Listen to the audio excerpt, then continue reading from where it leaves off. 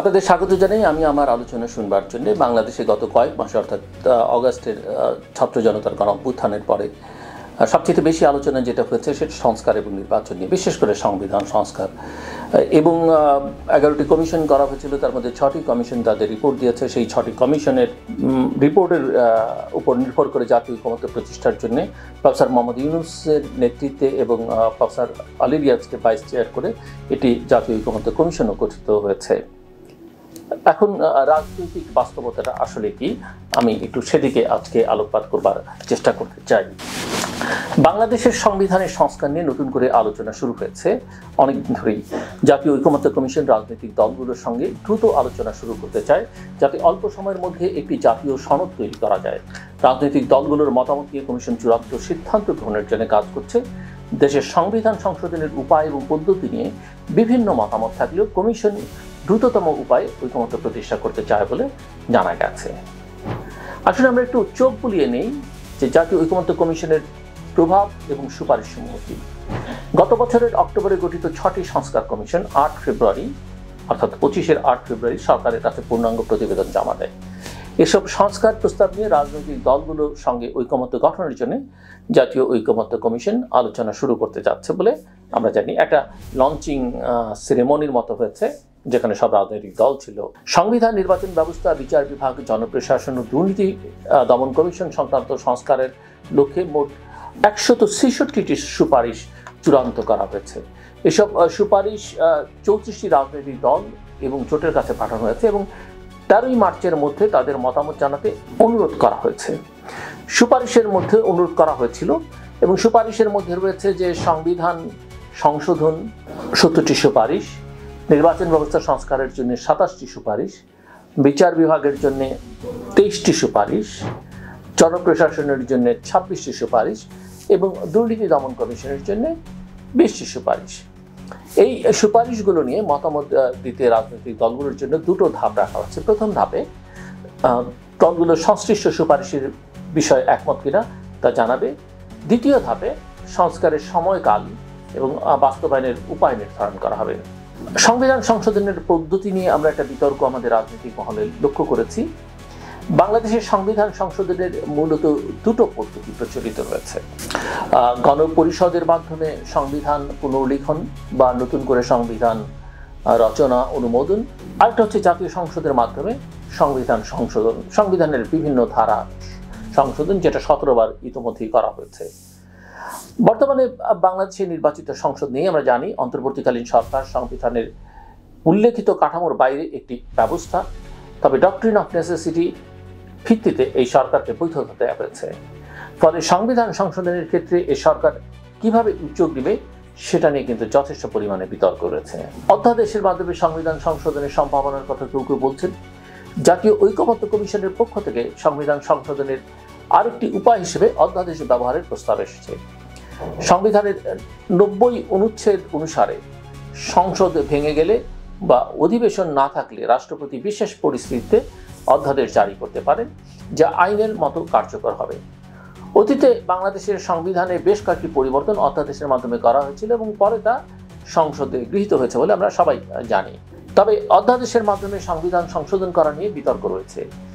কেউ কেউ মনে করেন, বিশেষজ্ঞদের কেউ কেউ মনে করেন যে এটি অস্থায়ী সমাধান হতে পারে, তবে দীর্ঘমেয়াদে এর বৈধতা রক্ষার জন্য নির্বাচিত সংসদের অনুমোদন প্রয়োজন। অন্যদিকে কিছু মত অনুযায়ী গণপরিষদ ছাড়া সংবিধান সংশোধন করা হলে সংকট আরও ঘনীভূত হতে পারে।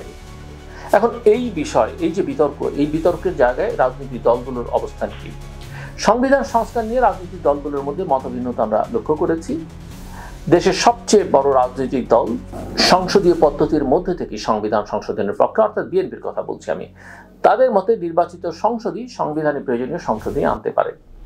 নবগঠিত রাজনৈতিক দল জাতীয় নাগরিক পার্টি বা এনসিপি, যেটার সঙ্গে ক্ষমতাসীনদের সংশ্লিষ্টতার অভিযোগ রয়েছে, গণপরিষদ নির্বাচনের মধ্যে দিয়ে সংবিধান পুনর্লিখনের পক্ষে রয়েছে। তাদের মতে বর্তমান সংবিধান সংকট মোকাবেলার জন্য যথেষ্ট নয় এবং নতুন একটি সাংবিধানিক কাঠামো প্রয়োজন।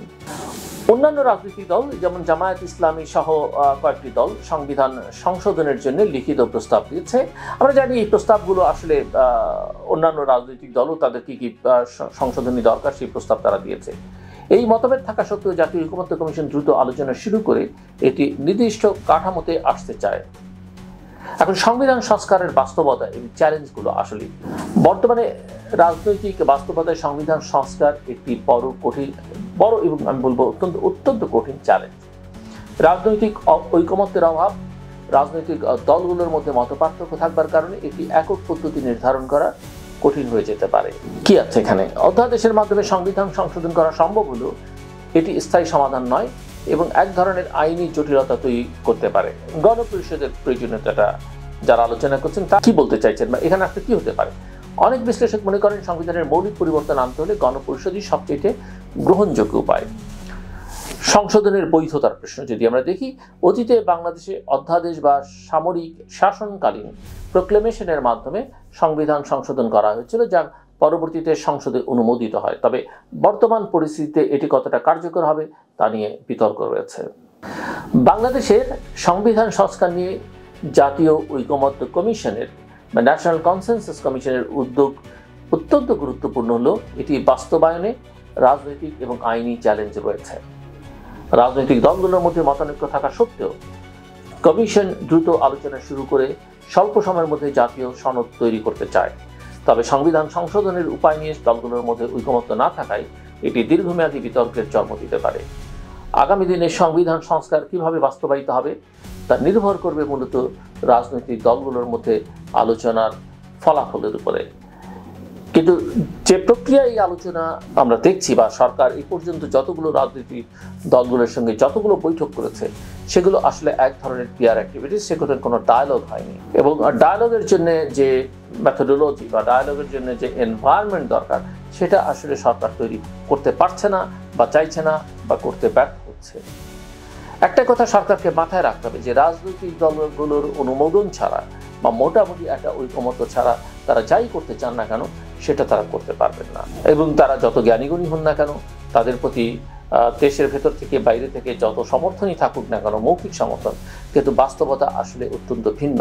এবং পলিটিক্যাল স্ট্যাবিলিটি ছাড়া কোনো দেশকে কেউ সহযোগিতা করতে চায় না। পলিটিক্যাল স্ট্যাবিলিটি না থাকলে দেশের পরিস্থিতি ভালো থাকে না, মানুষ স্বস্তিতে শান্তিতে থাকে না। আইন শৃঙ্খলা পরিস্থিতির যে অবনতি আমরা লক্ষ্য করছি, দ্রব্যমূল্য সহ অন্যান্য ইস্যু যেভাবে নিয়ন্ত্রণে ব্যর্থতা দিচ্ছি, এগুলো মূলত ওই রাজনৈতিক স্থিতিশীলতার সঙ্গে যুক্ত। প্রশাসন অস্থির, আইন শৃঙ্খলা রক্ষাকারী বাহিনী ক্রিয়াশীল নয়। আস্থার যে সংকট, সেই সংকট দূর করা একদমই সম্ভব হবে না যদি না আমরা একটি অবাধ, সুষ্ঠু, গ্রহণযোগ্য, নিরপেক্ষ, নির্দলীয়, অংশগ্রহণমূলক, শান্তিপূর্ণ এবং আন্তর্জাতিক মানসম্পন্ন নির্বাচন আয়োজন করতে পারি। প্রফেসর মোহাম্মদ ইউনূসের সরকারের জন্য এটা সবচেয়ে বড় চ্যালেঞ্জ এবং তাদের একটাই কাজ, এই কাজটা যদি তারা করতে পারেন তাহলে ইতিহাসে হয়তো তারা নায়ক হিসেবে থাকবেন। অন্যথায় তাদের এই সরকারে যারা আছেন তাদের খলনায়কের ভূমিকায় অবতীর্ণ হতে খুব বেশি সময় লাগবে না, বা তাদেরকে মানুষ খলনায়ক হিসেবে দেখবে যদি না তারা সেই কাজটি করেন।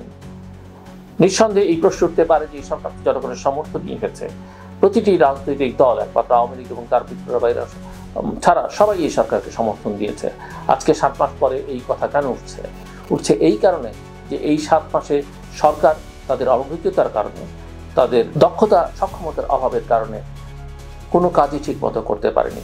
একটা রাষ্ট্র চালানোর জন্য 20 কোটি, 18 কোটি, 17 কোটি মানুষের দেশ চালাবার জন্য যে ধরনের রাজনৈতিক দৃঢ়তা থাকা দরকার, যে ধরনের যোগ্যতা থাকা দরকার, সক্ষমতা থাকা দরকার, বা যে ধরনের পলিটিক্যাল মাইন্ড বা রাজনৈতিক চেতনা থাকা দরকার, সেটা এই সরকারের মধ্যে পুরোপুরি অনুপস্থিত এবং যে কারণে কেউই আস্থা রাখতে পারছেন না।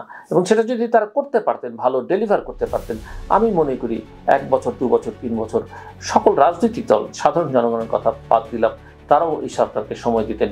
কিন্তু এখন দিন যত যাচ্ছে মানুষের অশান্তি, অস্বস্তি তত বাড়ছে এবং রাজনৈতিক দলগুলোর যৌক্তিক কারণ রয়েছে। কারণ তারা 15, 16, 17 বছর ভোটে অংশ নিতে পারেনি, তাদের কর্মীদের জীবন অতিষ্ঠ ছিল, সাধারণ মানুষ তার ভোটাধিকার প্রয়োগ করতে পারেনি, মানবাধিকার ছিল না। সেরকম পরিস্থিতিতে নির্বাচনের কোনো বিকল্প নেই এবং চারিদিক থেকে নিরাপত্তার সংকট তৈরি হচ্ছে, ভেতর থেকে বাইরে থেকে। সেই সংকট মোকাবেলার জন্য দ্রুত একটি রাজনৈতিক সরকার প্রতিষ্ঠা ছাড়া বাংলাদেশে কোনো বিকল্প নেই। আমার কথা শুনবার জন্য আপনাদের অসংখ্য ধন্যবাদ। আপনাদের সবার জন্য শুভকামনা।